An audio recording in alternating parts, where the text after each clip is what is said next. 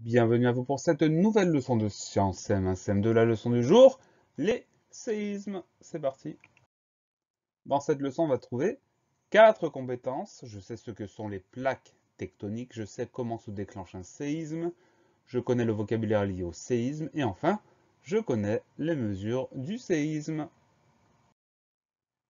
Qu'est-ce qu'un séisme? Lors d'un séisme ou tremblement de terre, des secousses brèves et violentes peuvent causer de gros dégâts, effondrement de bâtiments. Donc un séisme, c'est un tremblement de terre. Ça veut dire que la terre, elle tremble énormément, elle est secouée. Et tout ça, ça peut être très violent et causer de nombreux dégâts. Où sont localisés les séismes?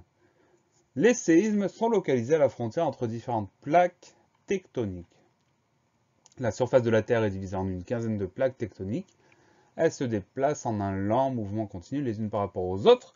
On va tout comprendre avec ce joli planisphère. Sur ce joli planisphère, les traits rouges, ce sont les limites des plaques tectoniques. Donc, en définitive, la croûte terrestre est recouverte de ces plaques tectoniques qui bougent tout le temps. Elles bougent très très lentement, à raison de quelques centimètres par an, donc on n'a pas l'impression qu'elles bougent, mais elles bougent sans arrêt.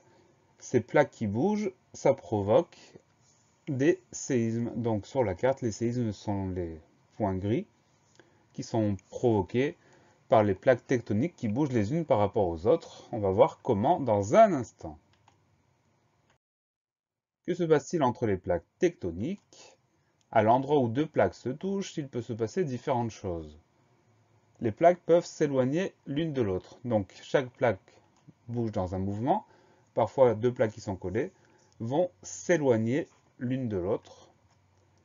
Parfois, les deux plaques qui se touchent peuvent passer l'une sur l'autre. Ça veut dire que forcément, si les deux plaques vont dans le même sens, se rapprochent, il y en a une qui va glisser sous l'autre.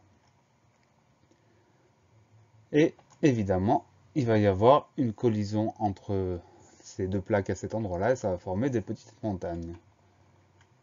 Ou bien elles peuvent également coulisser. Ça veut dire qu'elles vont dans un sens opposé, mais elles se touchent. Donc elles coulissent l'une par rapport à l'autre. Donc entre deux plaques, il peut y avoir un éloignement, il peut y avoir une plaque qui passe par-dessus l'autre, ou bien il peut y avoir les plaques qui coulissent. Au point de contact entre deux plaques, une faille apparaît où les roches ne coulissent pas facilement. Ça veut dire que si ça accroche un petit peu, il va y avoir une faille. Et cette faille, elle va être accompagnée d'un mouvement brusque. Ça va lâcher d'un coup et ça va faire un mouvement qu'on appelle une secousse sismique. Donc, secousse sismique, c'est le tremblement de terre qu'on appelle aussi séisme.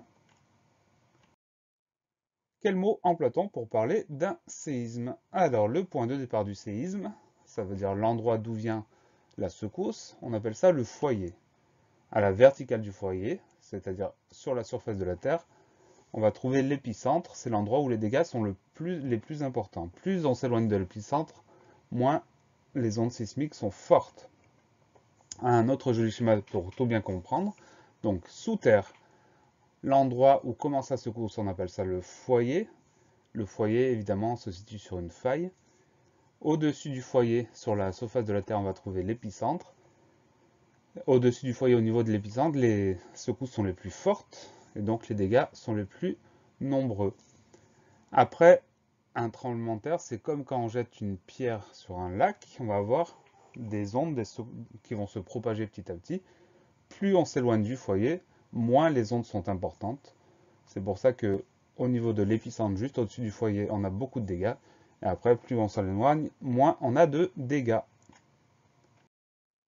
Si le séisme a lieu sous la mer, il provoque une grosse vague qu'on appelle le raz-de-marée ou bien tsunami et qui crée de nombreux dégâts sur les côtes des continents qui se situent dans son passage. Pour mesurer la magnitude d'un séisme, c'est-à-dire sa force, on utilise l'échelle de Richter et un appareil permet de mesurer la force d'un séisme, c'est un sismographe. C'est le sismographe qui effectue la mesure. Donc ici, nous avons un tableau qui présente les différents types de séismes, du micro à l'exceptionnel. On ne va pas lire ce tableau en détail. Vous pouvez le consulter dans la leçon pour avoir le détail. La leçon est finie. Pensez à réviser, pensez à vous entraîner et à bientôt sur la classe plus.